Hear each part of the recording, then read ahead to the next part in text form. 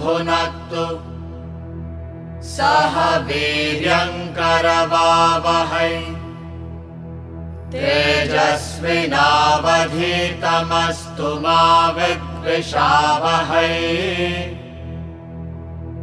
ॐ शान्ति शान्ति शान्तिः। Hari Om and good evening all.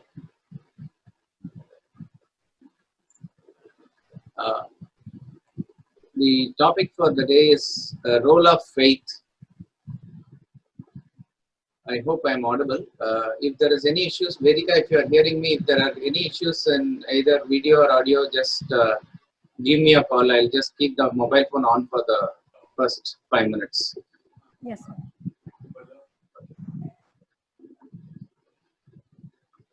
See, in the West, religion is called as faith. To which faith you belong to? Islamic faith, Christian faith, all this is called as faith.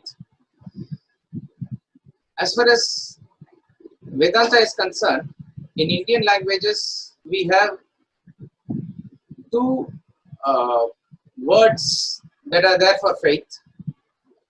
Just one minute.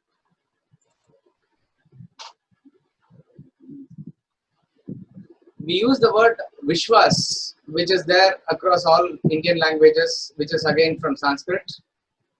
There is another word called as Shraddha. Shraddha is also translated as faith, but Shraddha has a deeper meaning to faith. We'll see that. But first of all, what is faith? Faith can be understood when we see these two definitions. Those who have attended even Swamiji's lectures, he would have mentioned this often in the public lectures also. It's very interesting definitions that are given here. The first definition is by a Christian mystic called Joel Goldsmith. I'll try to put the definition on screen. 1 minute. Yeah, here you see. Joel Goldsmith says, faith is a belief in a thing that I do not know until I come to know what I believe in. I repeat, faith is belief in a thing I do not know until I come to know what I believe in. So what does this definition convey? It conveys that faith can be there only in the areas of ignorance. So in other words, only when I do not know, there is a question of what and how I should believe, who I should believe. When I know something, there is no question of belief. So here is a very important corollary or a theorem we can deduce from this, that it is faith that transforms into knowledge. I repeat, it is faith that transforms into knowledge. So think about this.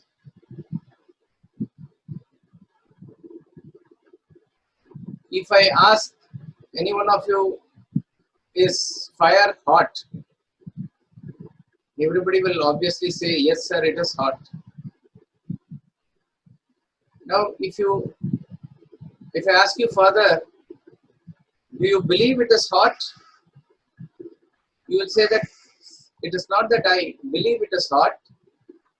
I know it is hot. I know it is hot.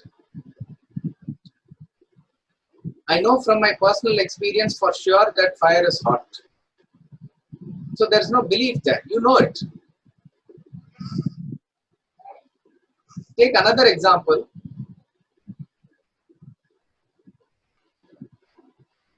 We are all told in science that moon has no light of its own. Moon reflects sun's light. Now, if we analyze this statement and if I ask any one of you, do you believe that moon has no light, or do you know that moon has no light, what will be the answer? You will say that I know that moon has no light. Analyze that further. If I ask you, how do you know that moon has no light? You can give me explanation by bringing a model of a globe, and there you can place moon somewhere and you can place sun somewhere else, and you say that it is the sun's light that gets reflected, even though we do not see the sunlight in the night,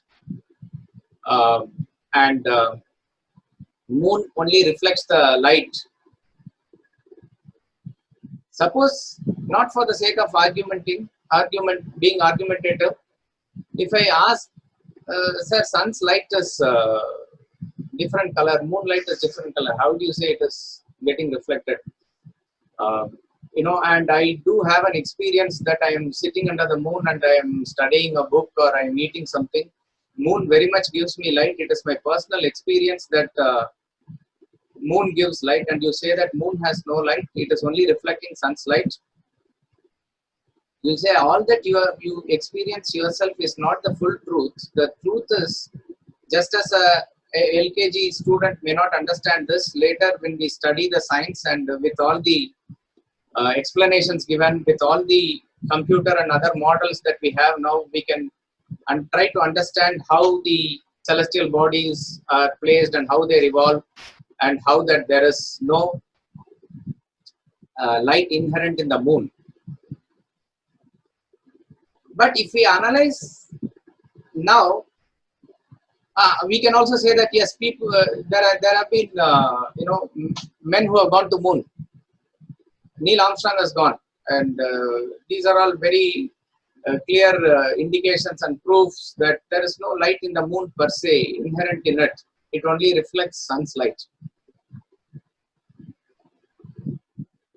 But our knowledge that moon has no light and it is only reflecting sun's light is based on our understanding, and our understanding is based on our belief in, right, coming back to what we were discussing about faith. So when we talk about the moon having no light and we learn it from the science book, it all starts with a deep faith in what the science book teaches. It is coming from the deep faith. It is coming from the deep faith that we have in science teachers, and then we apply our understanding as we grow to visualize how the celestial bodies revolve, rotate, and how they function.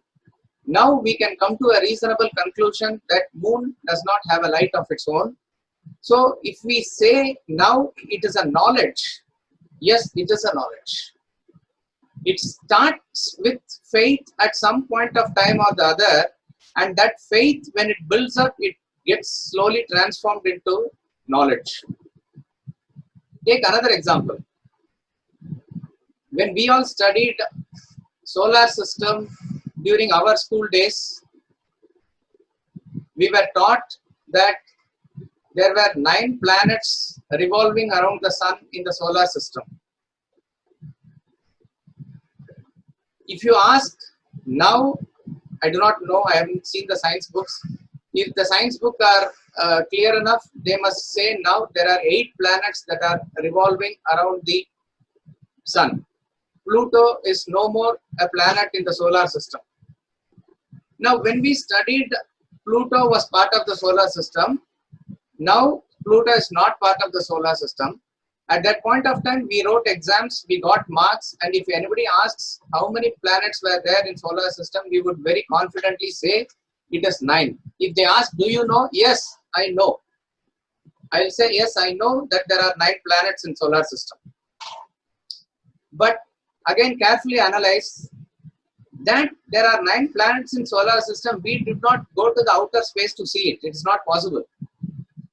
Even if there are Hubble telescope and other equipments by which these are measured and given to us, we do not have any access to it.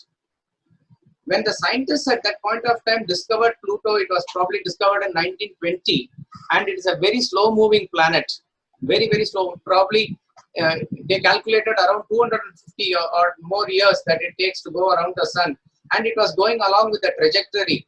And then they came to the conclusion that Pluto is part of the solar system. It took probably 80 years for them to realize that Pluto was not following a trajectory that other planets are following. Pluto is following something else. So it is not really a planet like other planets, which is heliocentric. It is not centered around the sun. So therefore, now we can say that solar system has 8 planets. Suppose if a skeptic asks, are you sure now it is 8? How come Uranus and Neptune are there? If somebody says they will not be planets in future, what is the guarantee? There's no guarantee. We do not know. We take the statements of the scientists with belief, with faith. It is faith. The scientists did not conspire to cheat us or make fun of us. They were very genuine in their calculation and they put it forward, and then we said it had 9 planets. And now we are having faith again in the same scientists or their descendants who say that Pluto is no more a planet, and then we say solar system has 8 planets. So therefore, any knowledge that we seem to exhibit comes from a point of faith. So therefore, it is fair enough to say that it is the faith that transforms itself into knowledge. When you know something, there is no faith. When you don't know, there is a chance of faith. You can believe in something only when you are ignorant. Once you know it. Right. Now, this is the first definition of faith. This definition gives an important facet that faith is in the area of ignorance, and it says, until I come to know what I believe in, till the point I come to know, till I fully know what it is, it remains as a faith. Right. Now, the next definition is given by the great Rabindranath Tagore, a great philosopher, poet of India. He says, faith is the bird that feels the light and sings while the dawn is still dark. I repeat, faith is the bird that feels the light and sings while the dawn is still dark. So early in the morning before the sunrise, the bird starts chirping. It is so sure that the sun is going to rise. The sun has not yet actually come, but it begins to chirp as though the sun has come. So the poet compares that type of a feeling that the bird has to the faith. So what is that point that is being conveyed in this definition is that faith that we have is not a blind faith. Blind faith is called as Andha-Vishwas. Andha-Vishwas is not real faith. What is interesting is, by one definition, faith is blind. See, we started by saying that in the Abrahamic religions, religion is called as faith. And there the faith is non-negotiable. It really boils down to blind faith. I am not talking about the strength of the faith of the followers or the devotees. I am talking about the nature of the faith. If you are a Christian, it is mandatory upon you to believe that Jesus Christ is the only Son of God. And Jesus Christ came to earth to relieve us of all sins. And this you have to accept if you are to be called as a Christian. This is non-negotiable. You cannot say that I will go by the principles and symbolism of what is given in Bible, but I want to be called myself as Christian. All that you can do. There are also maybe facets that are there to make you a good Christian or a good person. But you cannot, suppose that same person says, I don't believe in the existence of Jesus Christ. That there was never a person called Jesus Christ at all. And yet he cannot be called as a Christian. Not possible. So that is a non-negotiable facet of Christianity. And what is that faith based on? It is based on, if you want to call that faith, that is a blind faith. You have to believe. And how do you say you believe it? It's very interesting. In the book called Original Thinking, I think the author is Mander. A.E. Mander. Swamiji recommends this book for students of academy, and he has also derived various points from that book. He sometimes quotes in the lectures also. A.E. Mander says, while talking about reasoning in circle, he says, if you ask a person, how do you know God exists? He's talking about from the Christianity point of view. How do you know that God exists? God exists, I know, because Bible says God exists. Bible says that God exists. Then the next logical question to ask is, how do you know that whatever Bible says is true? How do you know that whatever Bible says is true?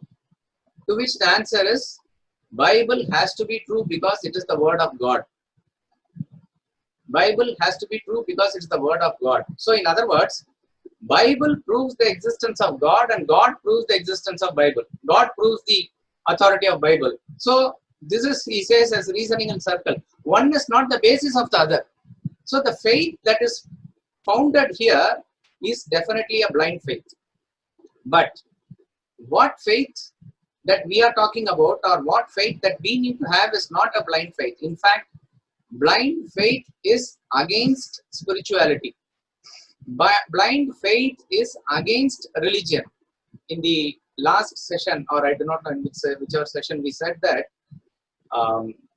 Lord Krishna shows in his Leela that he moves from Gokul to Vrindavan at the age of 5. So we said that this is symbolic of introducing a child into the facet of bhakti. Bhakti means devotion at the age of 5 or at a very young age. So when the mind is fresh, when the impressions are yet to be formed, to have a deep devotion towards some superpower which you call as Almighty or something in some form or the other is very important, and that is what is shown in this Leela. And because later the intellect develops and he is going to ask questions later, but before that the mind develops. So inculcation of bhakti is important there. On the way to Vrindavan, 2 asuras are killed by Krishna.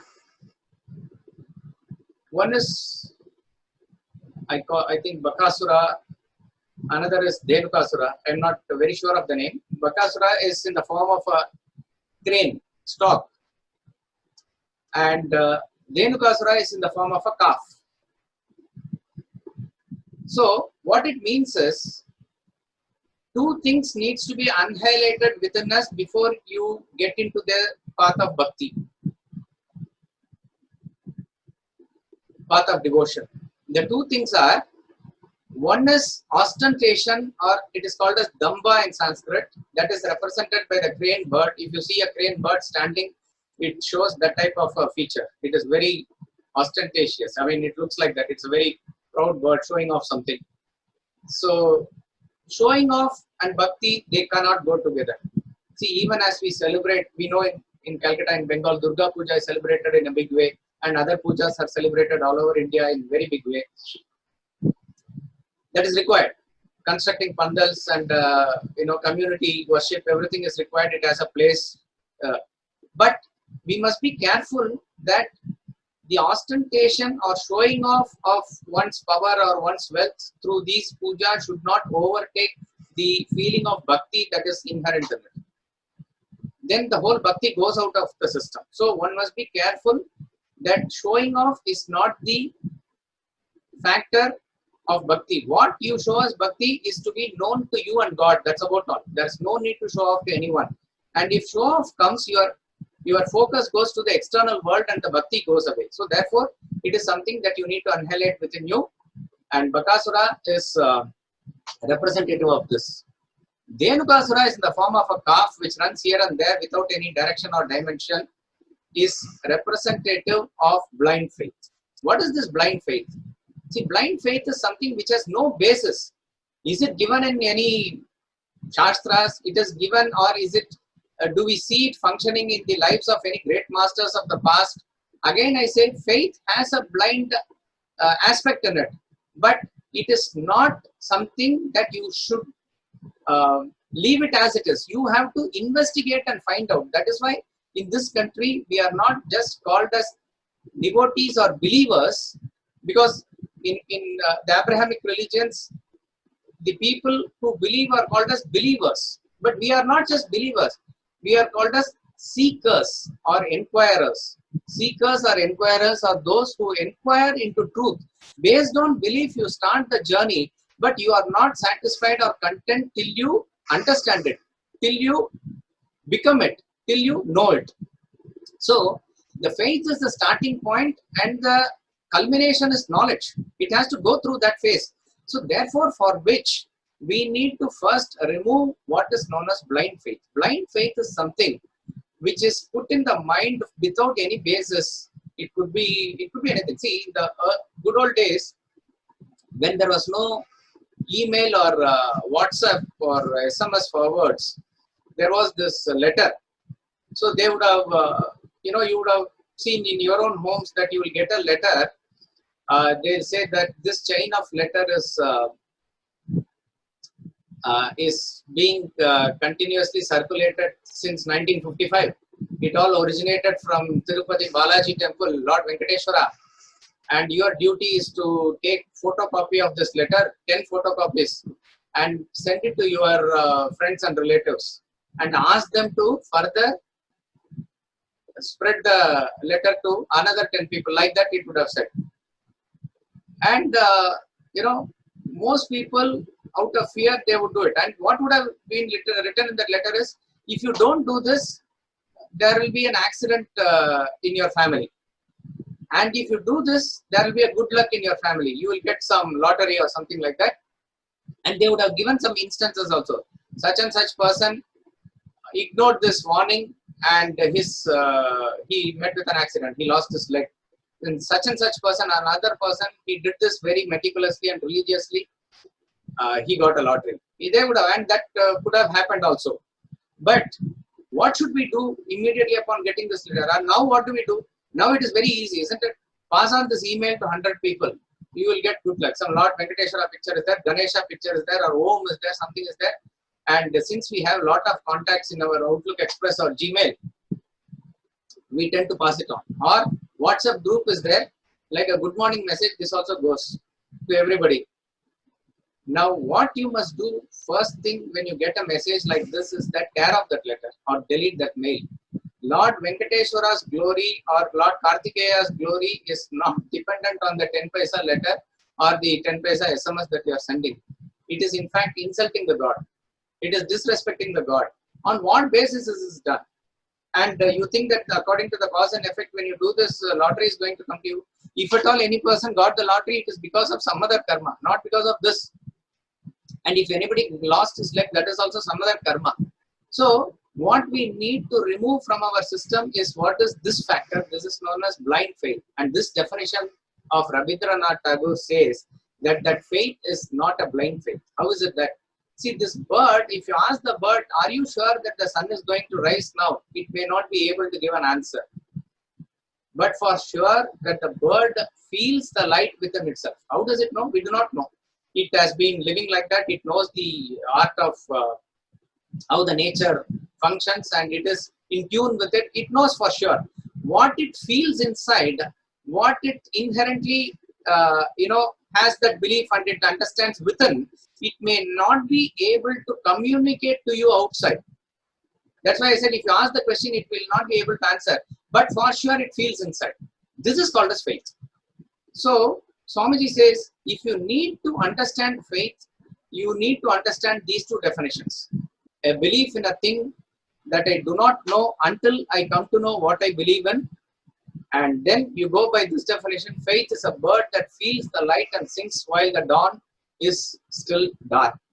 Now, when we combine these two definitions, we have an understanding or we have a fair enough clarity of what faith is, concept of faith. Now, in order to conduct our worldly activities also, we need faith.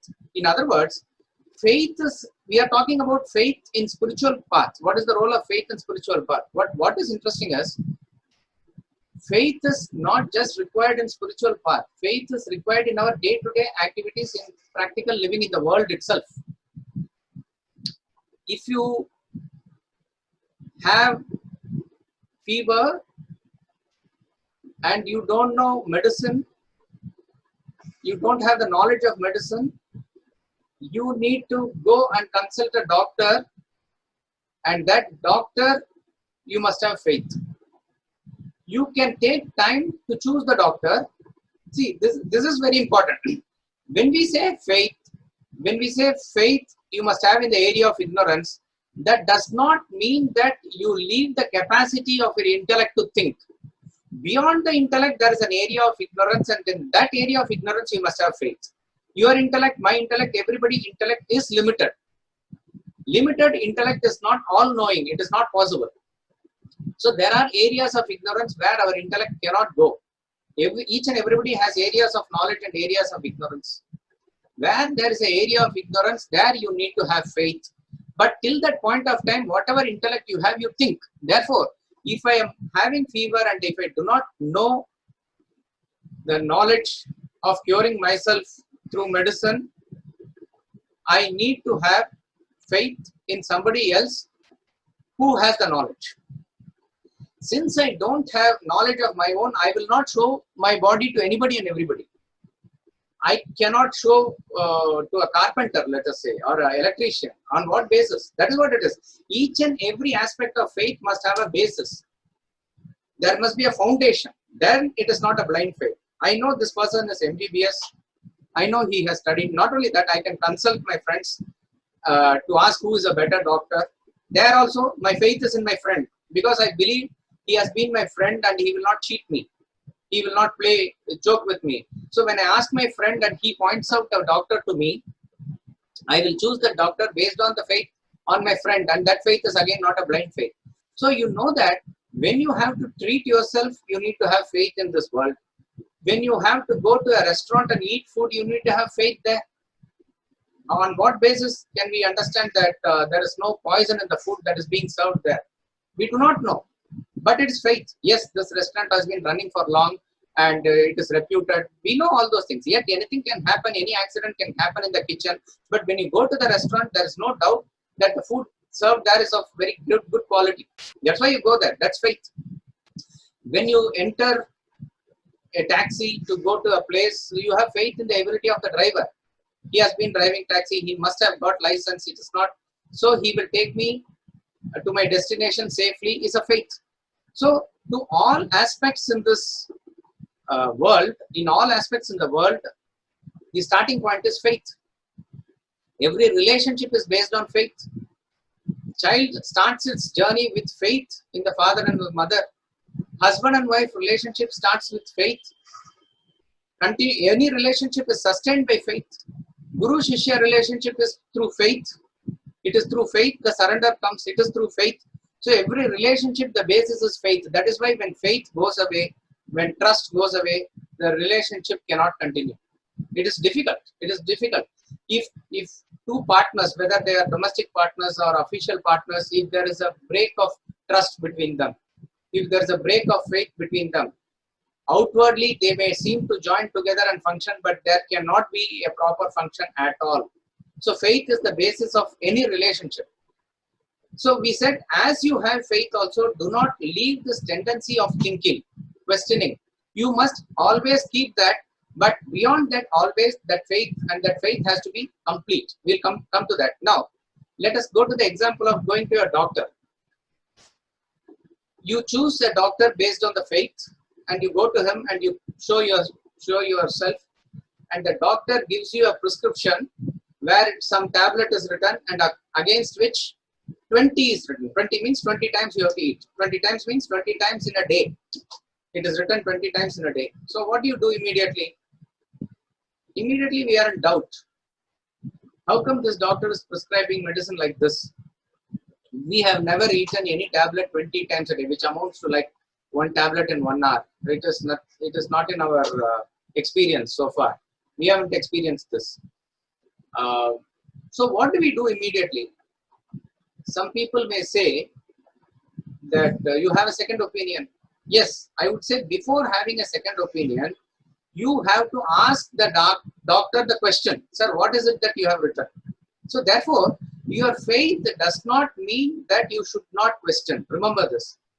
Bhagavad Gita chapter 4 verse 34 says, Tad viddhi pranipatena pariprashnena sevaya.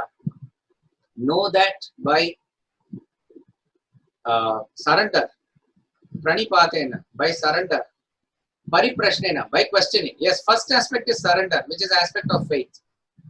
I believe in Bhagavad Gita, I believe in the Guru, that is why I surrender to him so that he can teach me. Because I am not capable of raising myself, I am not capable of teaching myself, therefore I surrender to him. Then he says, within that ambit, with full devotion, with full faith in the master, with full faith in Bhagavad Gita also, question, pariprashnena, you have to question. So if you ask the question to the doctor, he may say, yeah, it is 20 tablets, it's a new tablet, it's a harmless tablet, once an hour you can take, then you have to go ahead and have it. Or he can say it is not 20, it is 2. 2 and a circle is put around it, you are reading it as 20. So then it is clarified, it is 2 times a day. So never leave your questioning. Questioning must continue, but the basis of that is faith. You must never leave the faith. So even in worldly matters, what is important is to have faith. And as I said, faith should not be half-hearted. Either you believe somebody fully or you don't believe. There's no such thing as 50% faith, 75% faith, not possible. By nature, children and women have this tendency of believing things. It is a great virtue. It is a great strength.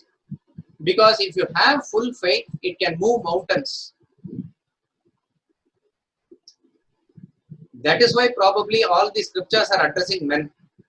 Because it is he who needs knowledge, he is full of doubts all the time, maybe I am saying. It is not to say that women should not take in knowledge, please.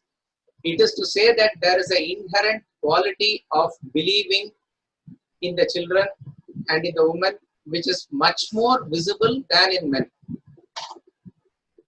And the sort of disadvantage is that this sort of inherent belief that they exhibit is taken for a ride, or it is taken advantage of by people who manipulate. Even by so-called gurus. It is very, very sad, but it is the truth. That is why it is, you should be very careful in whom you place the trust and in whom you faith. So at all points of time, you need to use your intellect to assess people at your level and at your lower level. You will be able to do it. Beyond your intellect, where you cannot know, there you must have faith, and that faith must be full. See, there is a story of a milkmaid who is a illiterate, who used to supply milk to a rishi in his ashram, which is across the river in the other side. So every day she used to take a boat, go there, give the milk and come back. One day there was heavy rain and flood, and the boatman refused to operate the boat, and she could not go to the other side. Next day, when the service resumed, she went and gave the milk. So the rishi or the guru there asked her, "Why did you not come yesterday?" So she said, "Sir, there was flood and the boatman would not operate, so I had no means of coming here. Sorry about it." So the guru casually said, which is the truth, he said, taking Lord's name, people are able to cross over the ocean also, and you are not able to cross this small river. He made a very casual statement, but as a statement of fact, he said. This lady had implicit faith in his statement. She was illiterate. She was, you can say, she was not corrupt by the civilization. She was maintaining her pristine nature of not knowing anything what is manipulation is, not knowing anything what wickedness is, not knowing anything what untruth is. So she fully believed what the guru said. So what happened was, she started taking Lord's name and started walking on the water. See, these are siddhis that are given in Ashtama siddhis that you need to practice for years and years together. That's again another Paramahamsa fable who says that a person learned the art of walking on water after 17 years of tapas, and he came and told the Guru, sir, I have learned to walk on water. The Guru said, wonderful, but 17 years you have spent and your knowledge is worth 25 paisa. What is 25 paisa? Because 25 paisa, if you give, the boatman will cross you across the river. And you have spent 17 years to gain a knowledge which is worth 25 paisa, he said. So what the Guru was trying to say is that walking on the water is not a big deal. Your main thing is focus must be on spirituality. That is the focus of that story. So here, but this lady got that not with any tapas, not with any hard effort or yogic knowledge or siddha or anything like that.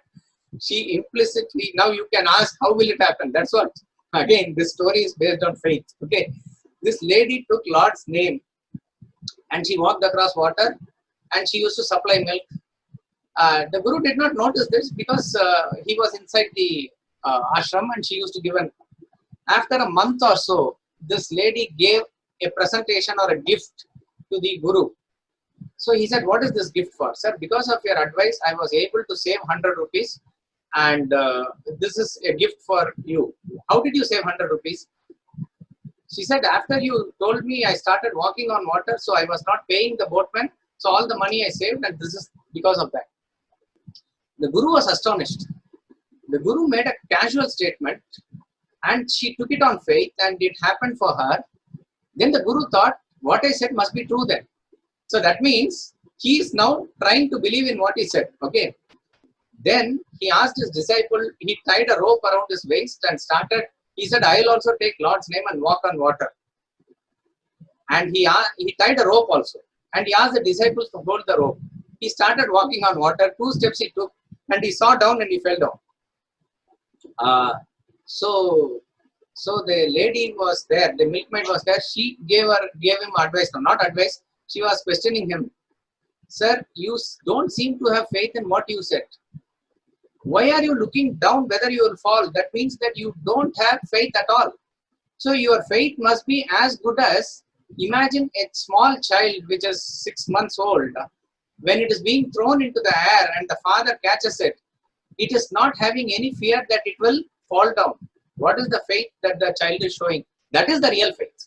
So she said, why are you not having faith in that Almighty that He will make you walk on the water? You yourself are having doubt. So therefore, when you have faith, there cannot be an element of doubt. Either you have faith fully or you don't have faith at all. I am reminded of Tirukkural. Tirukkural is a great Tamil text which is on the lines of Sanatana Dharma, giving out the Purusharthas of life, which is Dharma, Artha and Kama. Dharma is, so there are, meaning broadly it is divided into 3 categories showing what is Dharma, what is wealth and what is pleasure. This is the threefold Purusharthas given in Hinduism. In that, a Kural says, I'll see if I can spot it here. Here it is, Tirukkural number 510.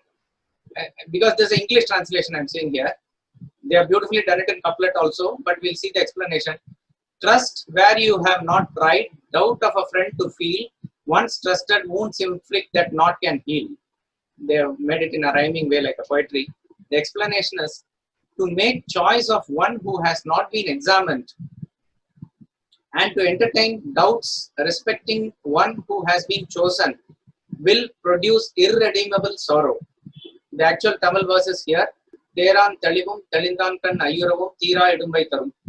So what it means is, say for example, if you want to employ somebody, let us say, you need to take precaution, you need to test, you need to take an interview.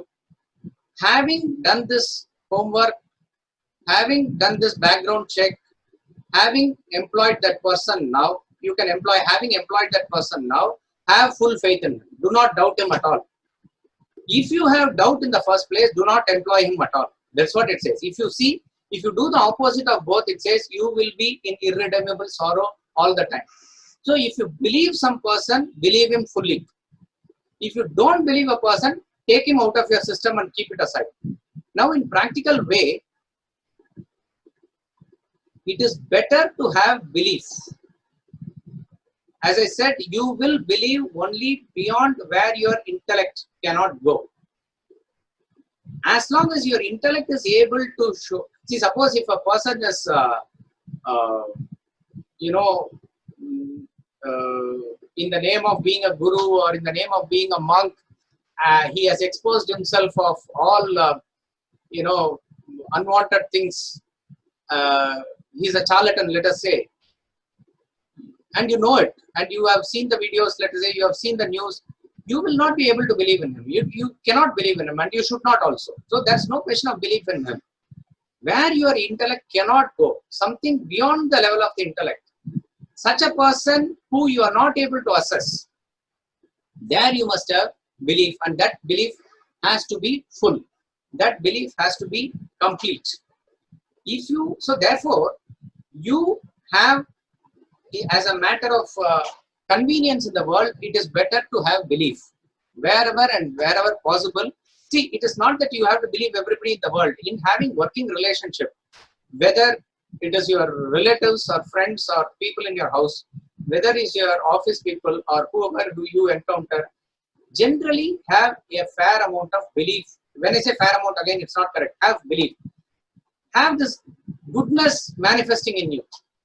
Believe in the goodness in you, that will make you see and believe the goodness in others also. So you need to have that belief. You need to have that faith. Okay. What happens if a person who you had belief, who you had faith, cheated? He showed his true colors and he took you for a ride. Doesn't matter. It is, you have to take that person out of your system now, and you need not have any relationship with him. It is because of your lack of intellect that he has manipulated you and he has taken you for a ride. That is the price that you pay. You understand that if out of 100%, take that 1% away, in 99%, again, continue your journey with belief, with faith. This will keep your mind at ease.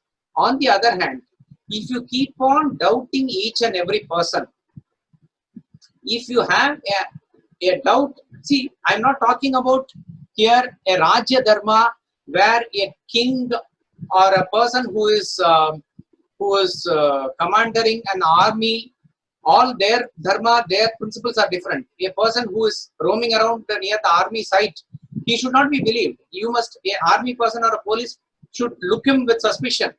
A criminal investigative officer should look into everything with suspicion. We are not talking about specific karmic dharmas of certain persons. We are talking about a general attitude of who you want to relate with, who you want to generally move along with. Have that faith in full in general.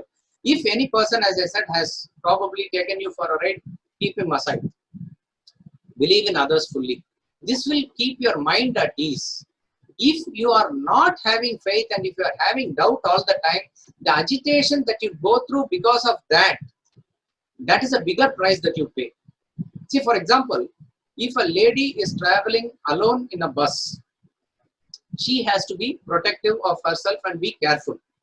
There may be some male passengers or somebody who can misbehave with her, or it is all possible. We know very many things happen in India, so it is a duty to just be safe and secure, to take care of herself. That must be there.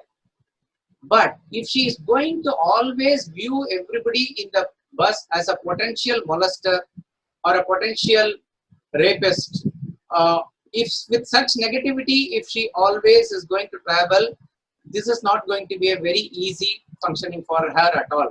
In fact, that is going to weigh upon her mind in a very big way. So that is why I am saying you need to take all precautions, you need to take all cautions, and that is guided by your intellect. You need to think about it. But each and everybody you encounter in life is as good as you. That is what you need to project. So therefore, invoke the goodness in you to see the goodness in others. There to have faith is very easy.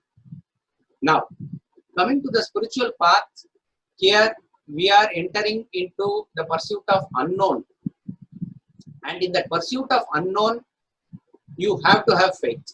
Bhagavad Gita says, Shraddhavan labate jnanam. It is a person who has Shraddha who will get jnanam, knowledge. And not only that, he gives the opposite also. Samshayatma vinashyati. A person who always doubts, he perishes. Two very clear statements in Bhagavad Gita. He says, Shraddhavan labate jnanam. It is a person who has Shraddha who will gain knowledge. For sure. And last chapter in Gita also, he says, do not give this Bhagavad Gita to one who carves this knowledge, to one who has no Shraddha. And then Samshayatma vinashyati. A doubting Thomas perishes. So you need to have Shraddha. What is Shraddha? Shraddha starts with faith. It is faith. The definition of Shraddha is an unquestionable faith in the scriptures and the Guru, words of Guru. You start with that faith and you become an inquirer. You gain the knowledge, you think about it, you reflect about it, till it makes a internal change within you, till you reach the destination. Now, what is interesting is, as you move along with Shraddha, more and more avenues will get opened up for you. Therefore, your faith increases. So, faith and knowledge acts in the relative level as two pedals of the cycle. Suppose, see, it is better to have faith in somebody and start moving in the journey than not moving at all. If a person says, I want to move from Calcutta to Bombay, and he says, what is the route? And he is not starting his car because he is not sure of whatever route they say, he is never going to move anywhere. It is better to start the journey having the faith in somebody. Argument's sake, he has taken the wrong route also. Instead of going towards west, he goes towards east, towards Bangladesh he goes. He will see that the milestones are receding and all the things that he is supposed to see on the way, the other cities are not coming. So therefore, he will make a U-turn and go in the right path. So even if a person goes in the wrong route, by God's grace, by Guru's grace, he will change into the right path. But there is no scope for a person who does not begin his journey at all. What can be done to him? Nothing can be done to him. Therefore, always move in the journey with some faith. You move.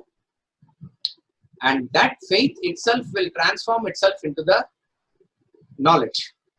Now, when you have faith, as I said, why are we having faith, Shraddha in Bhagavad Gita?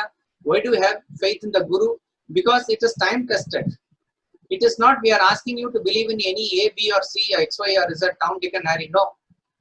It is somebody who has proven himself over a long period of time. So there is a basis for that.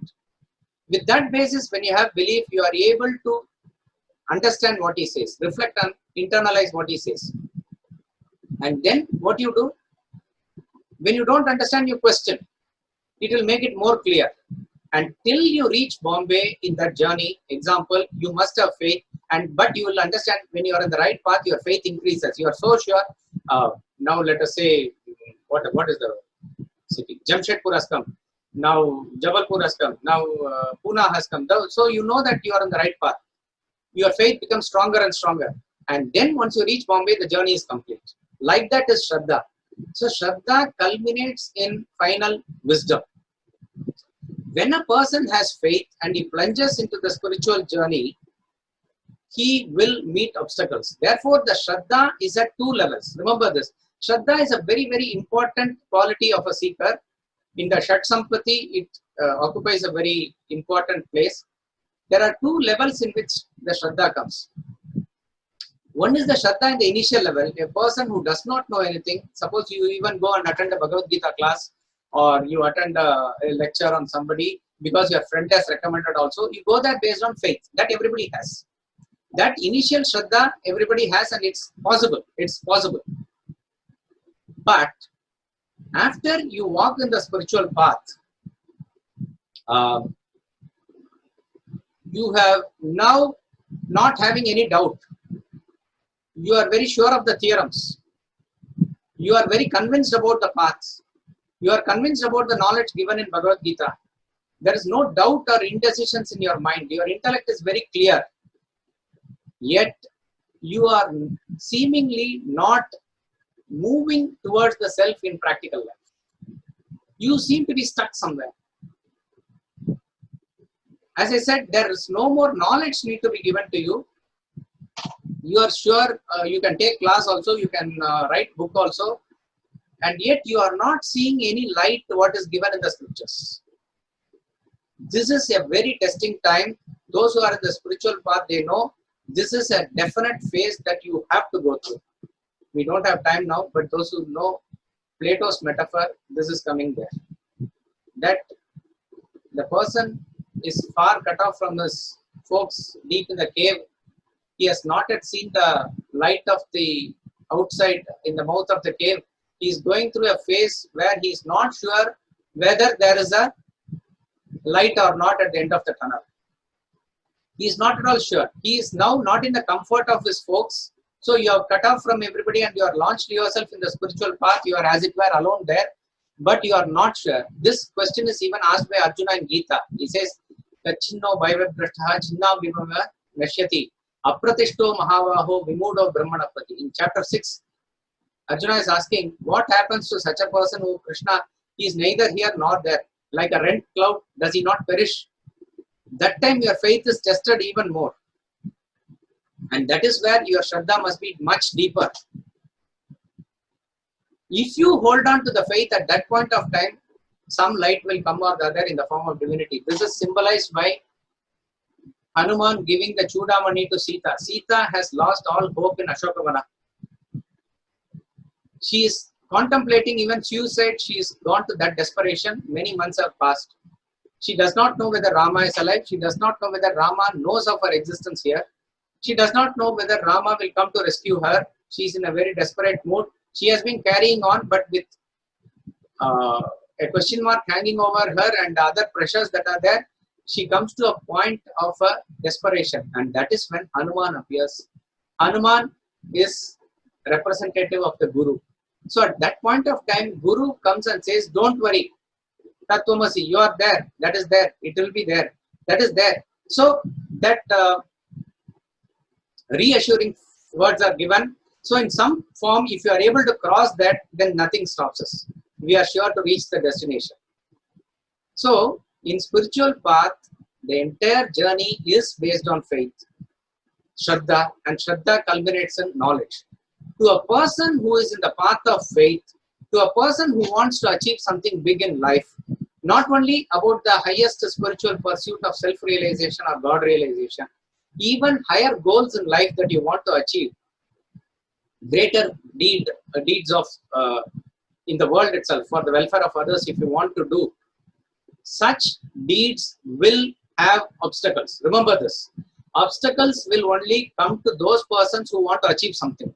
A person who is complacent and is not wanting to achieve anything in life, he is like a pig's contentment. He is satisfied with wherever he is. He may not face obstacles in life, and that is not a very dynamic life. It's a boring, selfish life that he is leading. A person who has something to achieve in life, he will face obstacles. And those obstacles are of three kinds. Again, it's a beautiful symbolic metaphor that we can take from Ramayana. Recently, you would have seen, those who are watching Ramayana serial in India. Hanuman crosses the ocean to see Sita. So he is on a pursuit. As a messenger from Rama to Sita, he goes. Along the way, he encounters three obstacles. First, a Mainak mountain comes, who is the friend of his father. It is said that in the good old days, mountains used to fly. They had wings. And whenever you can imagine, if the mountains fly, it causes an earthquake, right, when it lands. So the story is that Indra cut off all the wings. And this particular mountain escaped the thunderbolt of Indra with the help of Vayu and hid itself inside the ocean.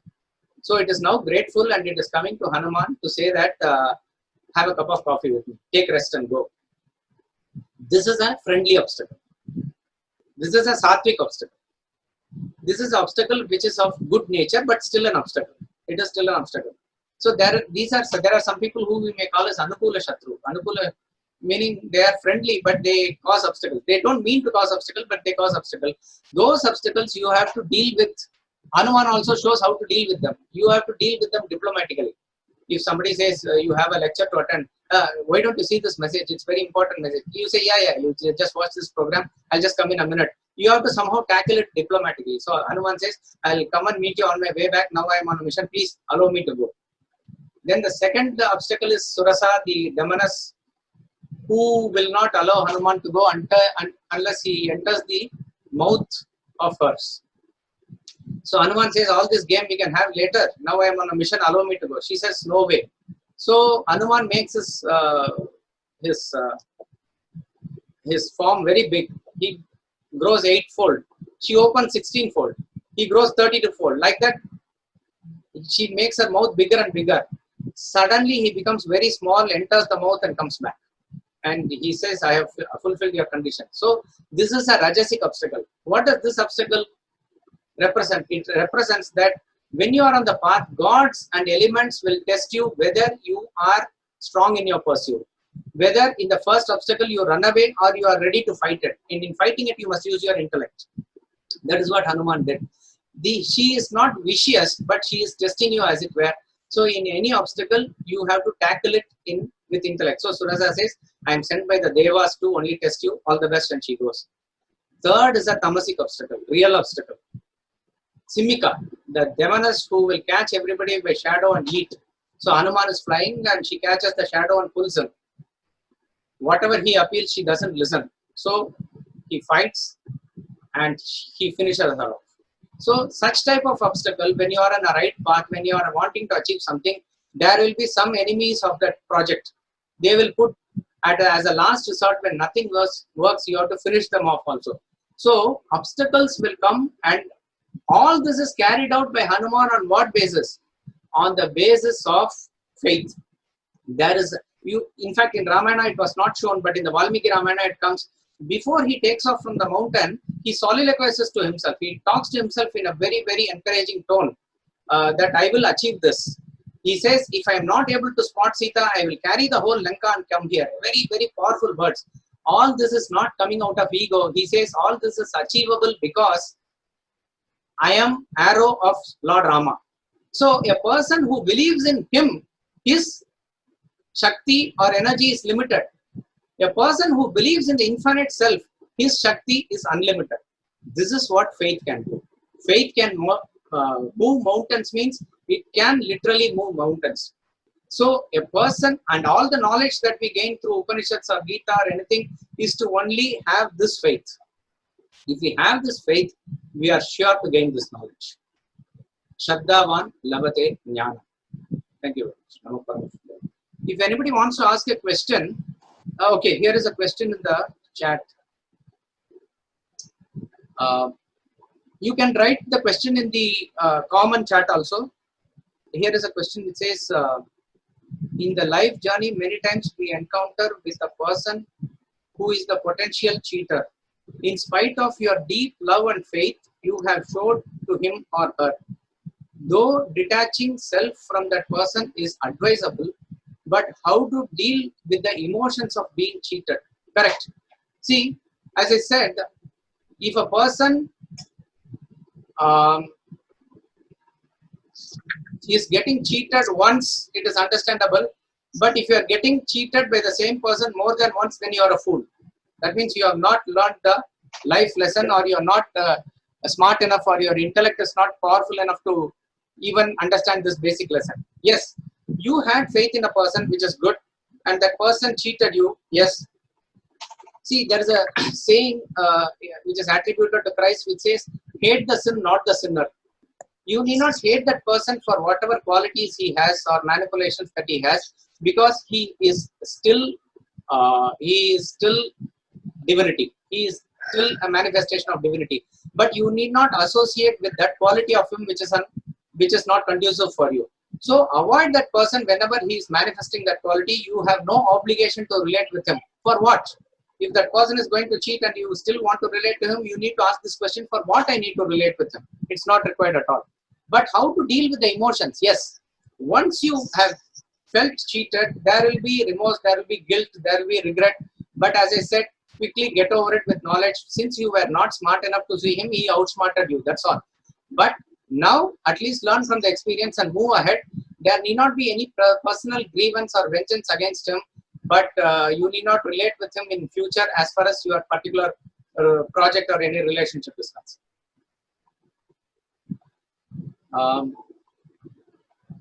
How do we overcome the third kind of obstacle? Third kind of obstacle, mercilessly you have to fight it out.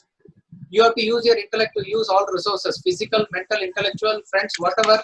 resources you use to fight it out and finish it off, because the project that you have undertaken is not for yourself, it is for a common cause. So when they are posing and being an obstacle, they are enemy of the society, they are enemy of the world. So there is nothing personal about it.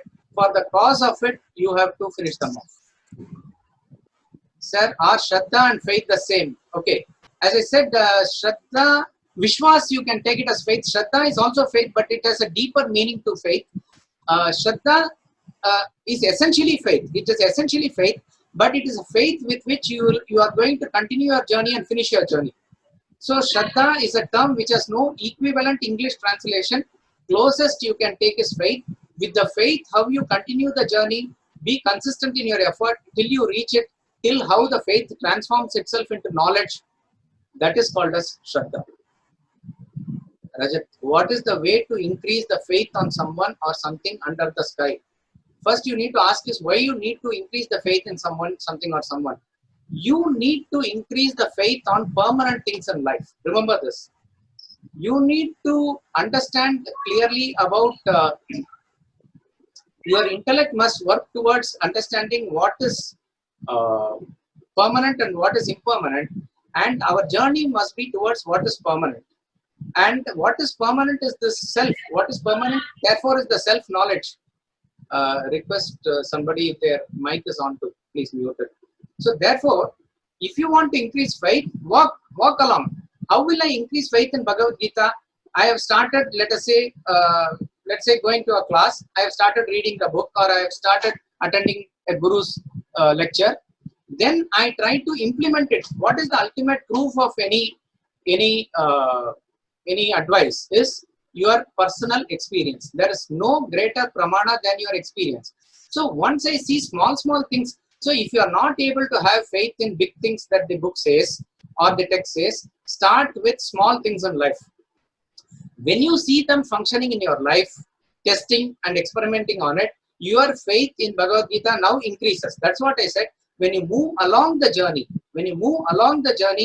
this knowledge and faith acts as two pedals to the cycle. Faith increases knowledge and knowledge increases faith.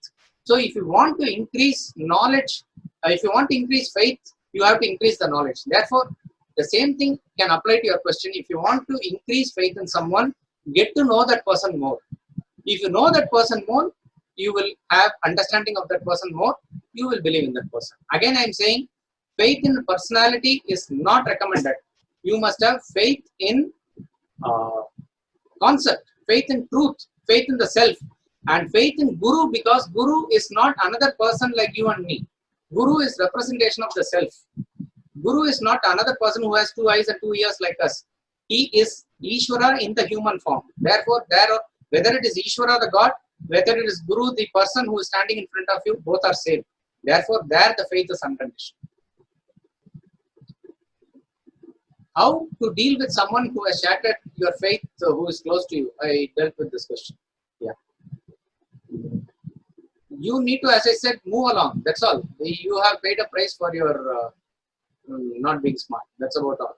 So now deal with it by understanding. In fact, a person who has shattered your faith has done you a favor. He has made, so there is a story in Bhagavata which says, Dundugadi is a person who is a very wicked son of a person. I forgot his name. That person is so attached to his son. He loves his son so much, but that son is very wicked. He beats his father. He takes away his money.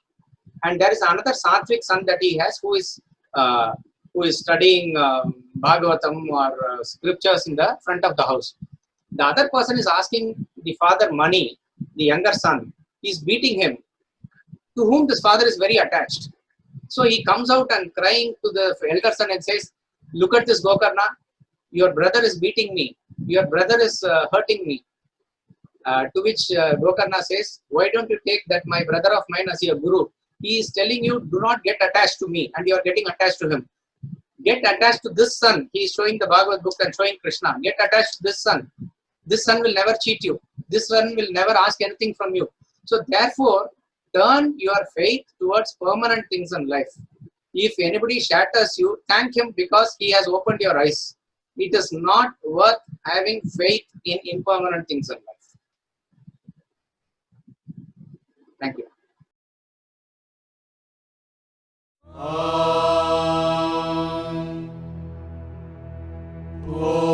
Purnamadah Purnamidam Purnat Purnamudachyate Purnasya Purnamadaya Purnamevavashishyate. Om Shanti Shanti Shanti.